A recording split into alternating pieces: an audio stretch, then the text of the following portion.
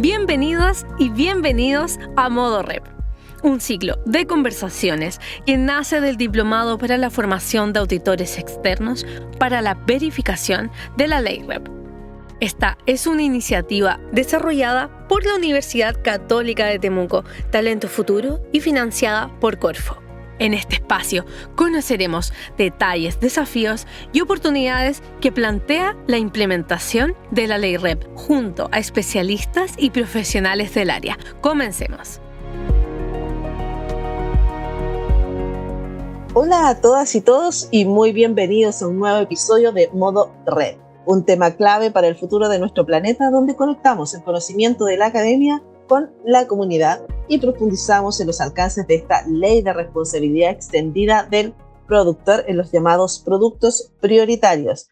Para profundizar este tema nos acompaña Andrés Navarro Carreño, profesor e investigador en el Departamento de Química y Medio Ambiente de la Universidad Técnico Federico Santa María, sede Viña del Mar, especializado en Ingeniería Ambiental y Gestión de Residuos, quien además de docente de asignaturas de esta área, es consultor en la materia. ¿Cómo estás, Andrés? Muy buenos días. Súper bien aquí, contento de la invitación, bueno, y de poder ahí compartir de estos conocimientos que estamos construyendo en el contexto de esta regulación. Y nosotros contentos de que estés con nosotros y poder contar contigo también, precisamente porque esta ley quiere avanzar al cuidado del medio ambiente, pero empezamos con algunos productos prioritarios que son llamados, ¿verdad? Tú, si nos pudieras explicar cuáles son las categorías y las subcategorías que también hay en propuestas en este reglamento para definir un poquito más y la gente también nos vaya entendiendo. Muy bien, sí. Primero una pequeña introducción de qué entendemos por este contexto REP, que lo usamos como sigla, pero para poder introducir el tema. Bueno, la Ley de Responsabilidad Extendida del Productor ya es un marco legislativo primero que se publicó hace 10 años, el marco general de la ley, y básicamente es un instrumento económico para la gestión de residuos, que digamos que endosa responsabilidades esta vez a los productores a partir de los residuos que generan por la venta de sus productos. En términos simples le decimos post-consumo. Cuando yo vendo un producto de consumo, un jugo, después que se consume queda un residuo que es el envase, por ejemplo. Entonces, la idea es perseguir esos residuos y dar cierta orientación y obligaciones a los productores a su reciclabilidad. Entonces, por supuesto que en la materia de la venta de bienes y servicios en nuestro país son muchos los productos que se ponen en el mercado. Obviamente nos organizamos y dijimos, ya, vamos a definir, agravar o poner este reglamento a un grupo de productos. Y a esto le decimos productos prioritarios. ¿Por qué se definieron estos productos? ¿Por qué fueron escogidos? Tiene que ver, bueno, todo el concepto REP también, como introducción me falta contar que es una experiencia comparada, digamos, en Europa de los 90 que ya existe estas figuras de reglamento, y nosotros usamos esta experiencia como va a ser una adaptación a nuestro marco legislativo. Y bueno, los productos prioritarios se toman en varios parámetros. Primero, por la magnitud que significan en los residuos que se generan. Obviamente esto no lo hacemos así como azarosamente, tenemos estudios de la cantidad de residuos que generamos como país y su clasificación, y eso permite identificar que los envases y embalajes, por ejemplo, que es un tipo de producto prioritario, es súper relevante los residuos que se generan. Obviamente la magnitud, la capacidad también de nuestra infraestructura, de infraestructura me refiero industrial, para poder recuperar y reciclar esos materiales, también nos da a lo menos la cierta certeza de que podemos exigir estos índices de reciclabilidad progresivos que se están definiendo en esta ley. Básicamente eso, y lo otro, bueno, obviamente la legislación comparada, porque nosotros, los productos prioritarios que nosotros estamos decidiendo, también tienen este tipo de regulaciones en otros países. Caracterizando estos productos prioritarios, ¿qué información es la que debe levantar el regulado para cuantificar sus obligaciones? Porque en el fondo, como tú decías, depende de cuánto es lo que produce, Sí.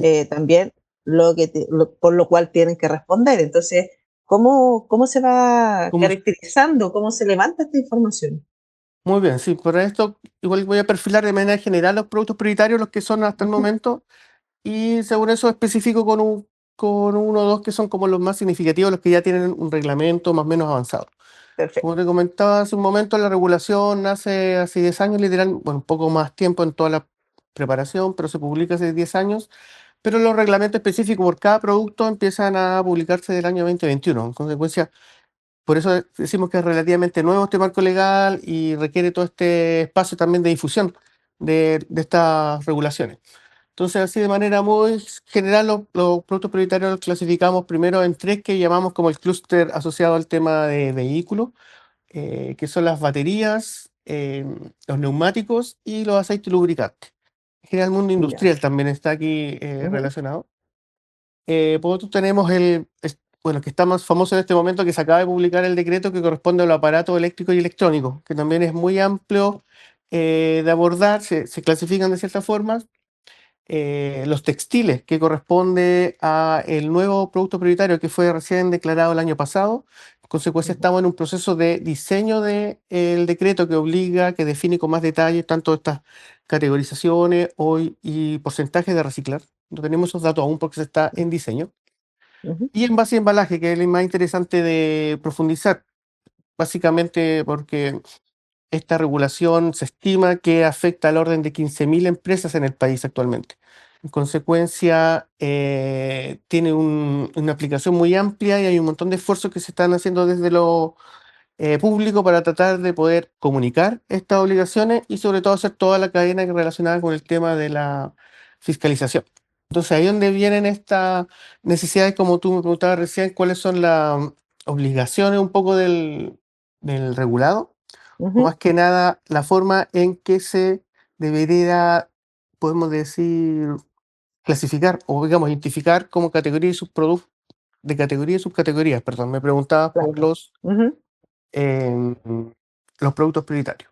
Entonces te lo voy a claro. comentar solamente para envase y embalaje, que como explicaba, quizás como el más complejo de entender. Ujú, Básicamente, la forma en que se ordenó todo este escenario es lo primero del mundo, podemos decir, industrial y no industrial. ¿Qué información, cómo tiene que ordenarse el regulado desde el punto de vista de la categoría y subcategoría de los productos prioritarios? Específicamente con el ejemplo de los envases y embalajes, que quizás que complicaba un poco más complejo también de entenderlo. Pero básicamente, masivo, nomás. sí, pues, por ese carácter masivo y la inmensa variabilidad de opciones y posibilidades que pueden pasar. Por ejemplo, la primera forma de ordenarse es por su categoría, le decimos domiciliario y no domiciliario, que en Ujú, términos muy sencillos es decir, dónde termina el envase. Si termina en una industria o en un distribuidor o un comercializador, le decimos no domiciliario. Y claro. domiciliario es cuando llega, el residuo se genera en ámbito ya, casa habitación, por ejemplo, porque es Ujú. un producto de consumo, básicamente. Nuevamente, por ejemplo, de una bebida o un producto cosmético, una crema, o sea, termina de usar y el residuo queda en la casa y se transforma en el flujo de residuos domiciliarios que tiene el flujo natural de recolección, digamos, de estos residuos. Ahora, igual esos residuos, me imagino que, no sé, podrían decir, llega en una caja, pero muchas veces esa caja además trae, no sé, bolsa adentro, Sí, algo que el pegamento, este tipo de scotch de embalaje, pluma vida a veces para sí, la seguridad. Entonces, tenemos hartos materiales sí. dentro de lo que puede llegar a ser un Un solo envase. empaque. Sí, pues por eso ahí viene el concepto, por eso le decimos envases y embalajes. Envase hace alusión al envase que contiene el producto, que en Ujú, términos técnicos le decimos envase primario, y los distintos otros materiales que permiten toda la distribución, la cadena logística digamos, distribución y comercialización de un producto, decimos embalaje. Y también le tenemos que prestar atención. Y básicamente, como tú bien decías, la otra forma de ordenar esto primero es su destino, digamos, domiciliario o no domiciliario, y la otra forma es su materialidad. ¿Qué quiere decir ya, materialidad? ¿De qué está compuesto? Entonces, en esta forma en que nos organizamos cuando se construyó el decreto, digo así de manera general, nos organizamos porque cada decreto fue construido en lo que llamamos un comité operativo ampliado, donde participan los regulados, las empresas públicas que regulan, el mundo como más técnico, académico, incluso organizaciones desde ONG o ciudadanía, en donde nos ujú. ponemos de acuerdo en el fondo. No son normativas que se generan de manera así Unilateral. unilateral en una oficina, alguien escribe, no, es un poco más, hay un consenso más amplio cuando Ujú. se describe. Entonces, domiciliario, bueno, definimos en papeles y cartones, plástico, metal y otros materiales que son exclusivos del mundo domiciliario que decimos cartón para líquidos. De manera general, informalmente decimos Tetra Pak, que es como la marca de ese tipo Claro. de materialidad, y vidrio. Entonces tenemos 5 formas de ordenar esta información. En consecuencia, si un productor genera, entrega o vende servicio, vende un producto en un tipo de estos materiales, está afecto a la ley. Hay unas especificaciones de los volúmenes que tiene que generar, pero básicamente, como explicaba, el número del universo es muy amplio de afectos en nuestro país. ¿Hay El algún mundo, límite, Andrés? Por ejemplo, no sé, yo produzco 10 y no estoy dentro de la regulación, y si produzco 12, ¿sí estoy dentro de la regulación o es sí, para todos, aunque sea mínimo? sí, cada meta de producto prioritario define algunos como límites o alcances. En el caso de los envases y embalajes es 300 kilos. Ya, Al revés, si pongo en el mercado menos de 300 kilos de envases, no quedo afecto a la ley, pero sí quedo afecto a obligaciones de informar. Tengo que decir ya. lo que estoy poniendo en el mercado. Ah, ok. Y el peso es solo el envase. Ahí viene la importancia de las tablas de equivalencia, lo que te voy a comentar de ahí, porque no hay el peso del producto completo, no es el litro de jugo, es solo el peso del envase el que es para obtener esa estimación o esos Ya, cálculos.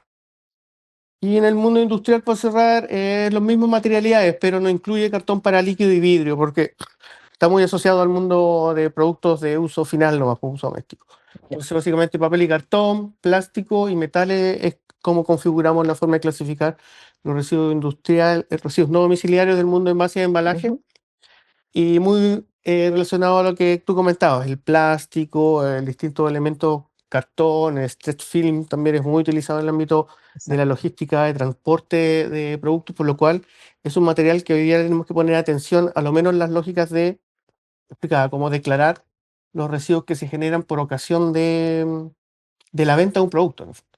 Ahora estaba pensando que la pandemia nos acostumbró mucho al delivery, al pedir los productos a la casa, allá no ir tanto a la tienda. ¿Tú crees que esto haya Sí. podido aumentar un poco la cantidad de residuos que se puedan generar? Sí, pues, finalmente toda la venta al detalle, aunque sea importación y venta a directo como domicilio, implica un transporte y esa logística demanda estas materialidades. Consecuencias, eso es lo que quiere atender la ley, un poco como mirar, no llama a eliminar estos materiales, pero sí a generar reciclaje, recolección selectiva de estos materiales que permita aumentar la valorización de este material que podemos decir que nominalmente es material que se puede reciclar. Tenemos esta infraestructura en nuestro país que para los materiales plásticos los podemos aprovechar, pero lo que falta es toda la logística inversa. Le decimos a todo lo que viene desde que llega, se transforma en residuo, a todas estas etapas de puntos de recolección segregada y recolección separada también. Ahora, ya nos adelantabas un poquito esta tabla de equivalencia, ¿verdad?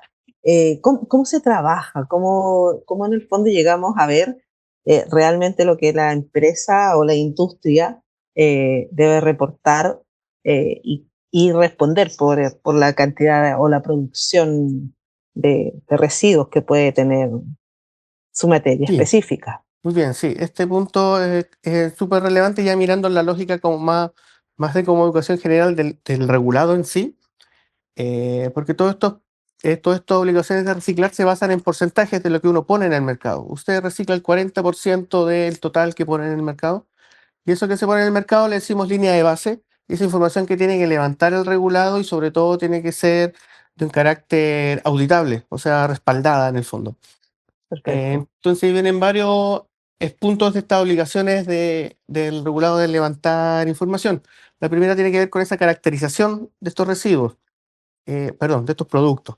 El producto que pone en el mercado. En términos técnicos le decimos por su sigla SKU, que se ocupa en el mundo de la gestión de los productos, porque es una especie de individualización del producto, para Ujú. efecto de tener trazabilidad de las ventas y ese tipo del mundo, obviamente de la operación comercial de los productos.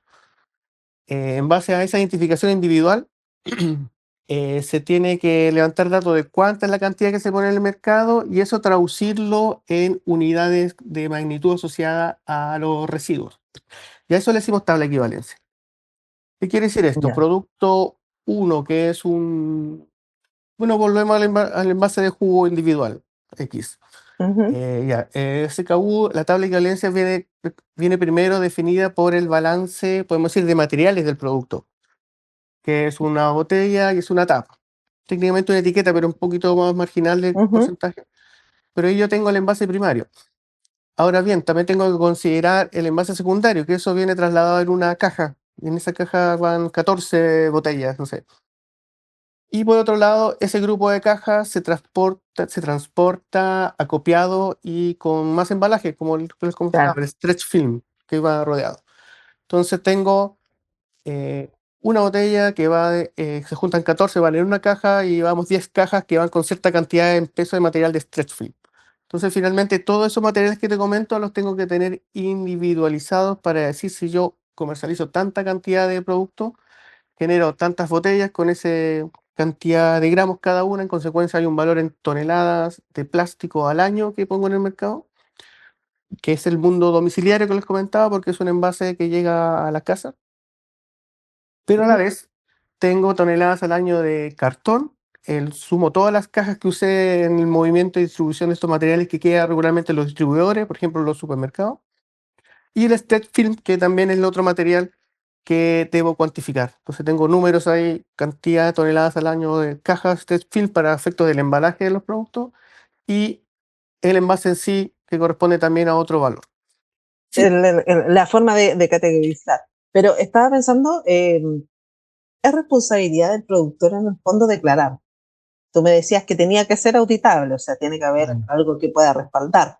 sí. Pero, ¿qué tan efectivo está siendo hasta este momento la categorización de estos productos prioritarios? Es básicamente, como está recién operando todas estas cosas que te cuento, bueno, fueron acordadas, pero el decreto ley que se publicó el 2021 recién y empezó a operar el 2023, correspondiente al decreto de metas de envase y embalaje. Ujú. Consecuencia, hay un poco desarrollo y capacidad instalada en este grupo, este universo que tenemos de afecto a la ley. Entonces ahí es donde viene, bueno, esta pregunta de cómo el avance del cumplimiento o el conocimiento de la ley, pues. Entonces Claro, ahí viene como las complejidades propias que tiene todo este marco regulatorio, digamos, en entrar en vigencia y efectivamente todas estas obligaciones que están declaradas cómo se pueden ir ajustando con el criterio de realidad de efectivamente la operación de este reglamento. De hecho, este año claro. ya corresponde revisar el reglamento porque, como cualquier marco legal, está sujeto a evaluación y a un proceso de adaptación, como de Claro, me evaluación imagino. y de modificación de algunas obligaciones que quizás no, no operan bien en la hora de su ejecución. Ahí hay todo un desafío. Sí, entonces, Colocarse a todos de acuerdo en algo sí, va a ser complejo. sí. Creo que el debate ya ha comenzado porque quiere que se regule un poquito más cercano a las necesidades de la industria, a la realidad local. Así que esa va a estar interesante. Ahora, tú me decías que me mencionaste hace un momento la resolución 2084, ¿verdad? Que es la de obligaciones del productor según las instrucciones generales que da esta normativa. ¿Cuáles serían estas obligaciones? Muy bien, si esto complicado en la lógica te da como el específico de envase y embalaje, pero esta resolución aborda todos los productos prioritarios en esta figura de declarar cuánto pongo en el mercado y cuánto Ujú. eso se transforma en residuo. ¿Sí? Así básicamente el ejemplo con el envase y embalaje que tiene en su complejidad logística, digamos, que tengo que traducirlo finalmente en volúmenes de residuos por materialidad, que es lo que uno declara finalmente un número, pero eso tiene que estar respaldado, pues, como explicamos, por un lado con las tablas de equivalencia, por otro lado, con todo lo que tiene que ver con las ventas, que tiene que, obviamente ya es una operación que está respaldada por cualquier empresa, pero tiene que estar la información ahí también disponible en la lógica de estas obligaciones. Entonces, la resolución que se publicó el 2023, que es la que tú nombraste, que tiene que ver con instrucciones generales asociadas a la trazabilidad de los datos y algunas obligaciones de reportar mensualmente, tiene que ver con instalar nuevamente y poder llegar a un consenso con esta idea nuevamente, trazabilidad, que hace alusión a operaciones que puedan acreditar el movimiento, en este caso, por un lado de los residuos, cuando hablamos de toda esta cadena post-consumo, pero también de esta figura de las ventas de productos y en esa transformación en residuos en su momento. Entonces, básicamente Claro, lo que hace es en tratar de estandarizar un requisito para los regulados, en este caso los productores, respecto a contar con registros digitales para efectos de toda esta información tenerla sistematizada. Porque yo te daba el ejemplo ahí con un envase, con un producto que era un jugo, le decimos un SKU, pero esa empresa no tiene un solo producto, puede tener 300 fácilmente o 500 productos distintos que poner en el mercado. Entonces, complejiza la capacidad de poder sistematizar y tener esa información más o menos actualizada. Entonces, la ley nos dice algunas obligaciones generales, pero las empresas, en función de sus capacidades, tienen que ir levantando esta forma de sistematizar información. Y eso de manera genérica lo llama registro digital. O sea, la idea es como superar una planilla Excel y tener algún tipo de software básico que apoye esta cuantificación que yo estaba contando, que básicamente tiene que tener 3 elementos, que son las obligaciones complicadas, bajando con más especificación a esta resolución. Mirando el productor, son básicamente 3 obligaciones, una con los registros de los productos prioritarios, una especie como de ficha, nuevamente producto, uno envase de jugo, no sé qué, una descripción clara y sobre todo con esta figura de las categorías y subcategorías que te nombraba. ¿Sí? Categoría plástico primario, envase de producto de consumo. Cada producto prioritario, levantar la tabla de equivalencia, que es algo que te he nombrado recién, que está relacionado con el balance de materiales, le decimos, pues, este envase tiene esta materialidad y pesa tanto.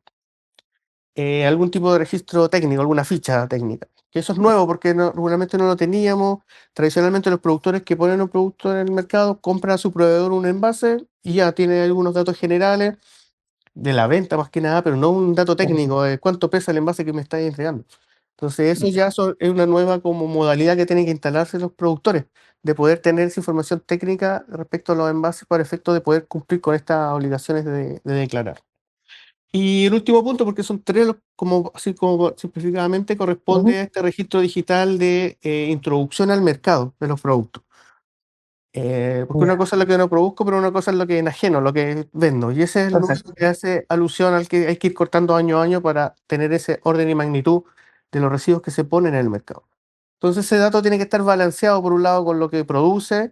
Si es que se importa, por ejemplo, un producto, tengo que tener datos asociados a los ingresos por aduana, que también hay una documentación legal, le decimos documentación tributaria, una factura o ese tipo de documentos. Entonces, esos tipos de documentos son los que respaldan los volúmenes que yo declaro. Ahí hay toda una sincronización que se va a tener que realizar y adaptar también, como tú decías, también a aduana, todos los servicios ahí públicos y todo lo que implica este tema para la industria, ¿verdad? Se nos pasó volando el tiempo, Andrés, de verdad. Hemos tenido una gran conversación, son muchos tópicos, así que más adelante quizás podamos volver a encontrarnos y poder seguir retomando también esta conversación y abordando otros temas que tienes tú mucha información. Así que muchas gracias por compartir tu tiempo y tus conocimientos con nosotros aquí en Modo Red. Muy bien, gracias ahí por la invitación y como siempre disponible. Está esta información, como seguimos ahí difundiendo, digamos, estas nuevas regulaciones. Muchas gracias. Y a quienes nos escuchan, ya sea desde el móvil, desde su auto, en el trabajo o desde la casa, muchas gracias también por conectarse a Modo Red y les invitamos a compartir este episodio, obviamente, con sus amigos, colegas y familia, para que también ellos puedan entrar en Modo Red. Nos vemos en un próximo episodio para seguir transformando ideas en acciones. ¿Has escuchado Modo Red? Proyecto desarrollado por la Universidad Católica de Temuco, Talento Futuro y financiada por Corfo. Gracias por acompañarnos. Te invitamos a escuchar los próximos episodios. Hasta una próxima oportunidad.